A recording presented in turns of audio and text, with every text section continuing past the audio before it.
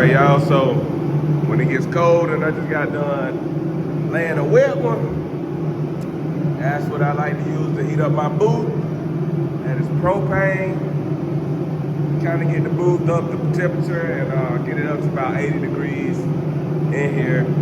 Then I'll shut it off and I'll shut the door. And the heater kind of trap on the inside. It'll leak out eventually, but kind of gives it a little bit more, buy me a little bit more time before it actually gets too cold inside of my shop. And this doesn't affect my paint. I've never had any issues out of it. I do not use diesel, even though I have a diesel one. This right here, I use my propane. Get it up a little warm, boom, and that's it. But I got a little bit of trash in the paint, which I expected. This was pretty drawn out process. The car was pretty dirty. So we tried to clean it best as we could in the crevices and everything.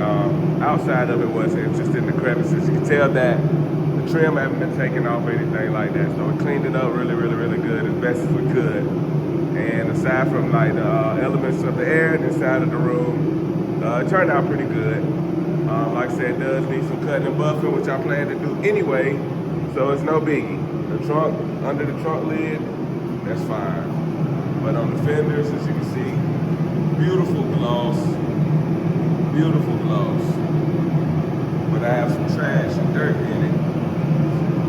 Show y'all all of that. Because straight off the gun, it's rare that you get one straight off the gun, especially if you're not in a state-of-the-art booth.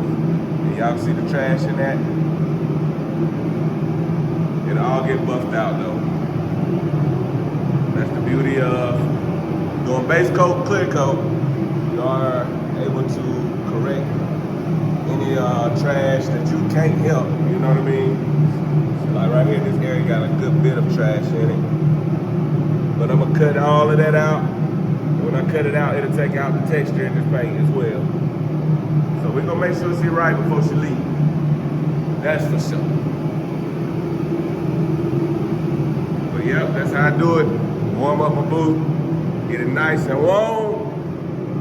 Then I shut it down, cut off the lights, then I'm out of here. And I'll be back in the morning.